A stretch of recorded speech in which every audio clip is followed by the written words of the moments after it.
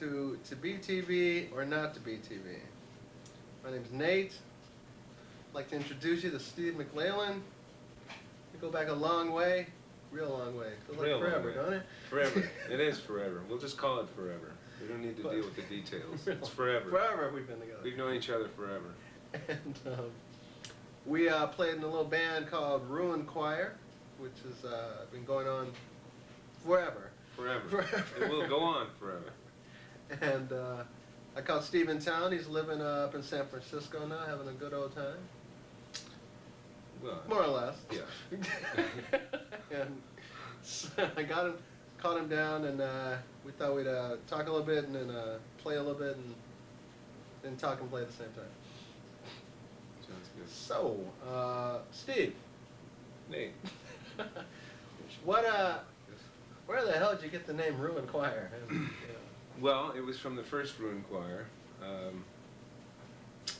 was doing with a fellow named Mac Aston, McDonald King Aston. And we were a duo and putting together a studio tape. And his girlfriend pulled it out of Shakespeare Sonnet 73 and said, "This would be a great name, Ruin Choir." And that was it. Subsequently, when that split, I went to another group, and I kept the name since I continued playing and recording, and he did not. I kept the name. It actually became 1, 2, 3, I think, 3, 4. This latest one with you is probably the 4th incarnation. I see. And I don't know. I mean, when did you and Mac get together? Like, how long ago? 70s, 80s? Yeah, when I moved down here, I guess it was almost mid-80s, I think around 83. So, yeah, somewhere around 83 when I moved to Southern California.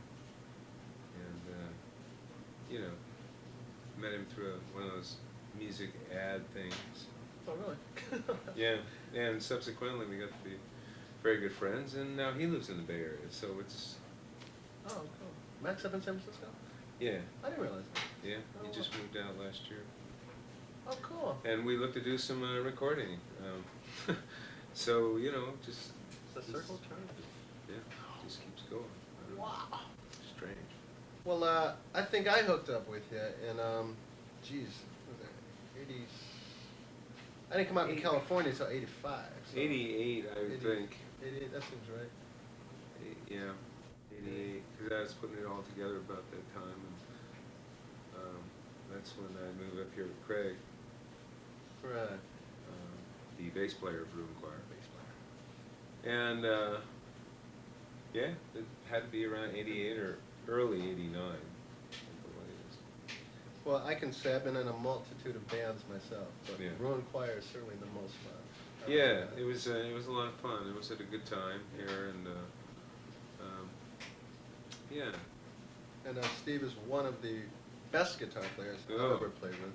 Probably the best, because we'll find out later. We'll get him to play a little bit. So Steve, being the main... I write songs for Ruin Choir. You know, there were a couple of the other boys wrote, but primarily I wrote the songs. And why do you write songs, Steve? I mean, why not write books or poetry?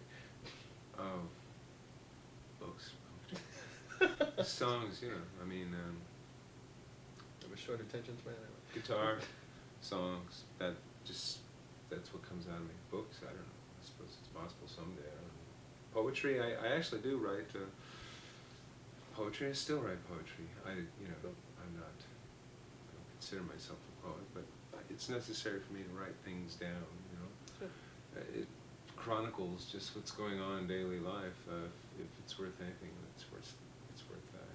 Because you know, I look back at all these little things and I say, oh God, you know, that's how I was thinking then, or that's what was going on then. You know, and it's just like a song. You know, you see a song that you wrote way back, and you look at it and you think, you know, I remember exactly how I was thinking then, and you know, with the span of time, then I think, why do I think about that now? Do I still believe that? A lot of the songs we were doing to begin with in the early days were the early days. Well, a lot of them are, you know, socio-political themes, you know, and sort of theological, philosophical, what's it all about, and the whole thing, sort of ideas. And it changed after a while. I started writing about other things. And I look back at those songs, and a lot of them I still do. I still do, because I still feel that way, and they're still pertinent, and I think that's the judge of a good song, as far as I'm concerned. You know. Plus, it helps to have a nice melody. That does help. Yeah. It's kind of catchy in some way, perhaps. I don't know. Yeah. It seems to be the criterion for popular music.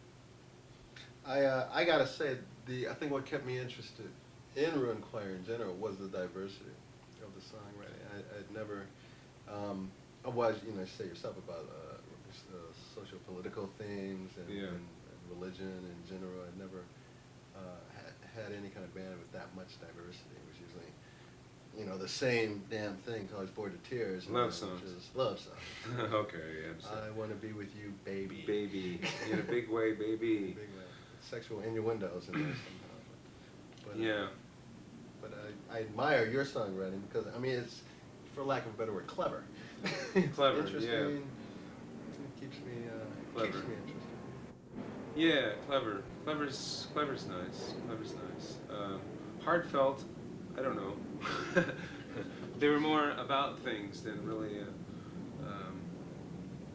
heartfelt. I don't know. You know, sincere, loving, feeling type songs. I don't know. I actually did manage to get a few of those later on, but I had a tendency more to write about, you know, objectively looking at the world, and not so much about my feelings as about my, perhaps, how I would take situations that I saw and twist them around. I like twisting things around. I like taking things that people take for granted in life and throwing them up against the wall and watching them go splat. I still do that, I think, to some degree, but I don't know. But it's changed. It's changed a bit, and that's a good thing. That's a good thing. With me, what I noticed, a lot, or maybe not a lot, but a portion of your songs tend to be real ambiguous, real open to interpretation. I mean, because, you know, I've talked to people about, I've you know, played them the CD, and they'll get an idea about a song, and I'll think, I've never thought of that. Then where did that come from? That's what I like. You know, because I know on some of the more ambiguous ones, I know what I was thinking. You know, but I didn't paint it in such a way that I think I didn't just say X, Y, and Z. You know, they came out in images, and you know, I mean, there are some songwriters who just say it exactly as it is, and there's some songwriters who are very, you know, there's Dolly, and then there's pears and apples, you know. I try to do a little bit of both, but there's some songs that just, like Under Midnight, Falling Yesterday's Sun,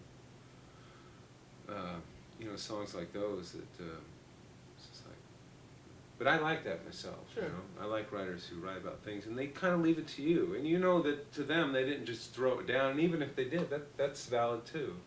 You know, I'm sure there's some poets that just put words together because they just flowed that way, you know. And I can't say I can read Dylan Thompson and understand every, you know, I'm lucky to get, you know, a line in there sometimes, so. Stream of consciousness.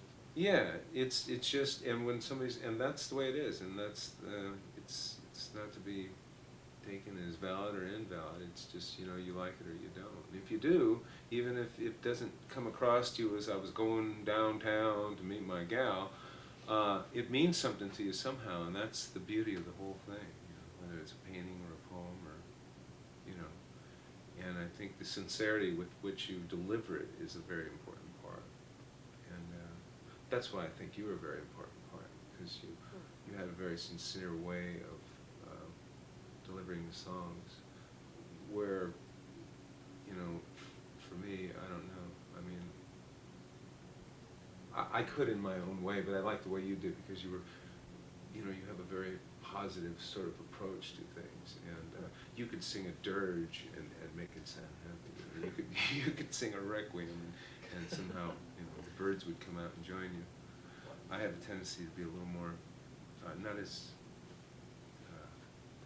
fresh and alive, I guess. Sometimes I'm more thinking about everything else, you know.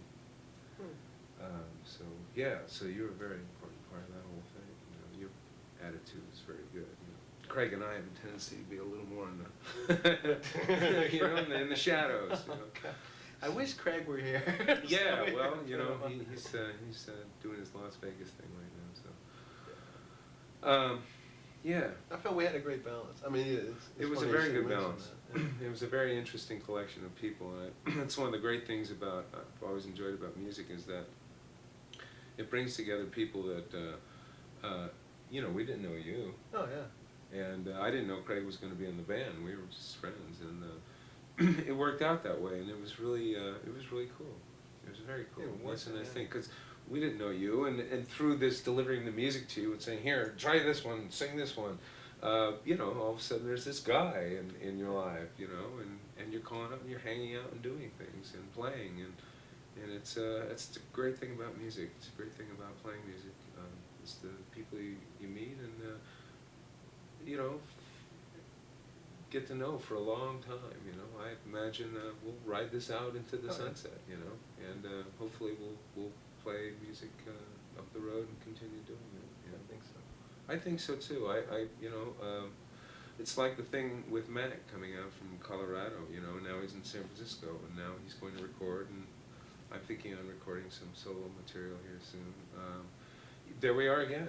You know, here, you know, it's full circle, and those things happen. That's the great thing about life. You know, it's the great thing about music. It's the great thing about life. You know, it's going and it's continuous. And if it worked once, it can work again. You know, you connect, you do things. Maybe one song, maybe an album. Who knows? You know, who knows? I don't have a. I'm a firm believer in that. I mean, we met actually at an open mic night. Yeah, that you were running up there to Topanga, which apparently there are films of. Well, no, that wasn't the first time we talked, though. It was No. at the Breakaway. Well, we were kind of hanging around the same scene, so we were probably just, you know, I'd be passing you at the popcorn machine, going to get a beer, and we still didn't know each other. No, but back then that was the kind of place where you saw a lot of faces, a lot of the time the same faces of people showing up there and playing, and there was it was a scene, and it was a very cool scene. And one night you were up there singing, and Craig slapped me and said, "Hey, are you paying attention to this guy up there on the stage? Remember that, Craig?" And that you were singing that Todd Rundgren tune. Born to Synthesize. Acapella. And so we snagged it. Yeah. Yeah, and I was just thinking, I didn't know what to think of you guys. Yeah, well, I didn't either. No, we were just sort of getting it going ourselves, Yeah. really. We only had a handful of songs. And, I came over. I remember hanging out with you guys. I'm thinking, you know, after a while, these guys are so cool. Even if we don't form a band, yeah, I got some new we're having friends. You fun. know, it was really kick. Fun is a very important part of it. You know, it can Yeah. get serious later, but fun. You mentioned a song Under Midnight before, and I was thinking that to me that's more of one of the more ambiguous ones. We had a really fun time making a video for it. Wasn't it because Craig called in a lot of favors or something? To this one Craig, guy? yeah, he works in that industry and he knows all those people, soundmen, video men, that we're from Vietnam. Vietnam men, and he had facilities. He does that in his life. That's one of the things he does, a big part of it. And so we said, well, let's do it then, by golly. That was a ball bust too. Getting out there on the railroad tracks and everything. Yeah, it was really good, and we all got to see that recently. It finally got completed, and it was really very cool. Cool. Why don't you introduce the video? I'll play it. Oh, you're gonna play it? Introduce Okay. And then I'll play it, and then you guys can see it. So Yes, this is a song called Under Midnight. You can watch it, and then I'll hear your questions about what you thought it was about.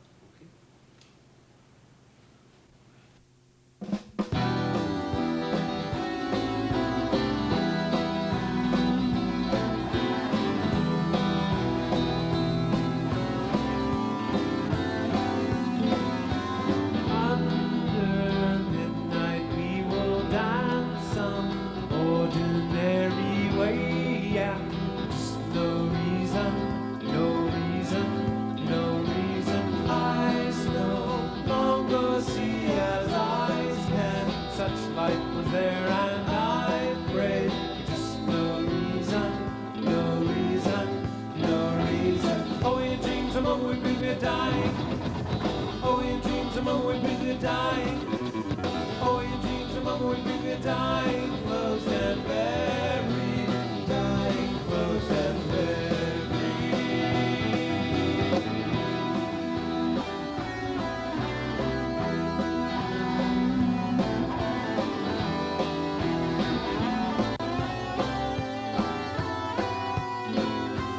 Cold as winter stream that flows down to every sea or life now. There's just no reason, no reason, no reason. Silent stone won't stare what we have, what we share together. But just no reason, no reason, no reason. Oh, your dreams of mama would bring me a dying. Oh, your dreams of mama would bring me a dying. Oh, your dreams of mama would bring me a dying, closed and buried, dying, closed and buried, dying, closed and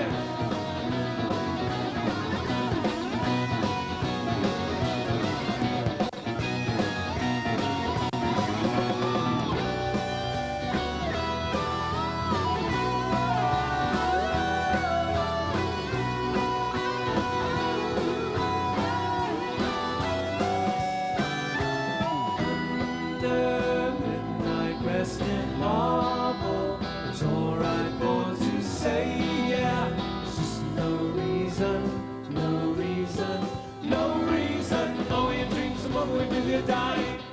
Oh, your dreams of mama would bring me a dying.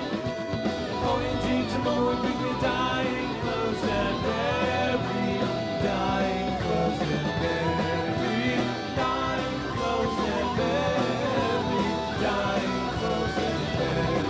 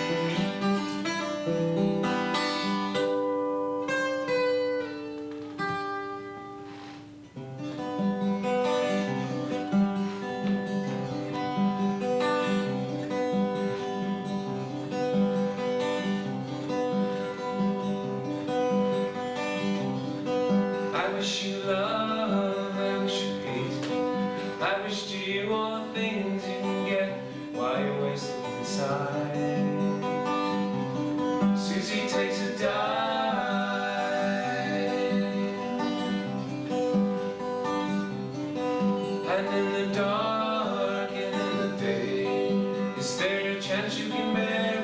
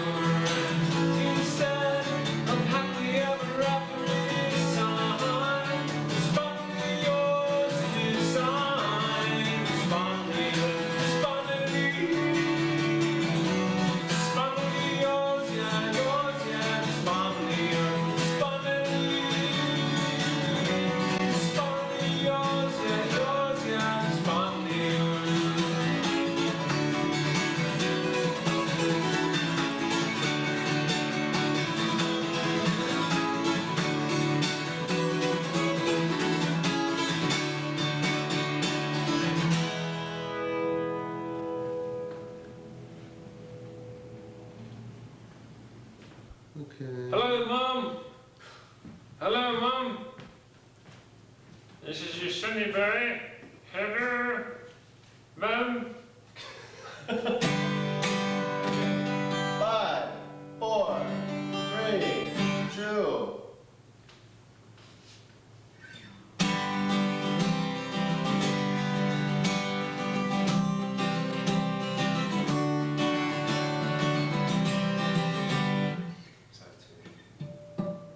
I hate it when that happens.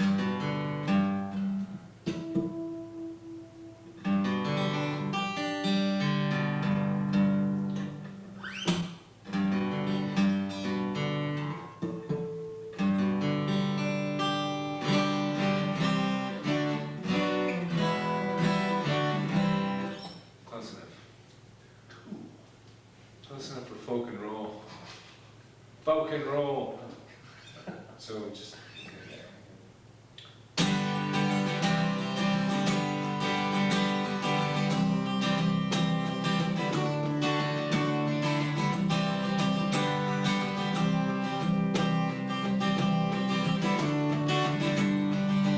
As she walks past me, I am aware of a beautiful scent in the air. And I stop and I say your name, Elizabeth, come out of the rain.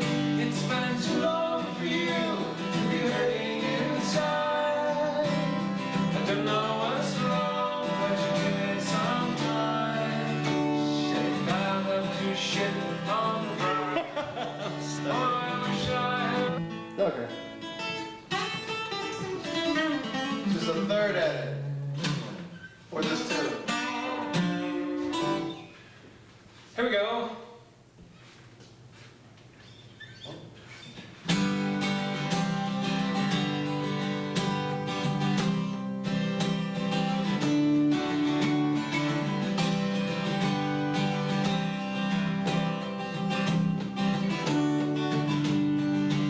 As she walks past me, I am aware of a beautiful scent in the air. And I stop and I say your name, Elizabeth, come out of the rain. It's been too long for you to be hurting inside. I don't know what's wrong, but you give me some time. And I'll have to turn the tide. Say hi to Tina. Hi, Tina. How are you, dear? Did you notice that while I was singing these songs, I didn't have any words in front of me? There are no words off to the sides here on the wall. I was just singing it out of my memory. Nate was singing it out of his memory. Would you like to climb through the camera now and kill me? I bet you would. I'll bet you would. I'll bet you're thinking, that son of a bitch. How much time can go by and that son of a bitch still gonna ride me on these things? It's okay, dear. You're just swell in my book. Okay? Hello. What can I play for you?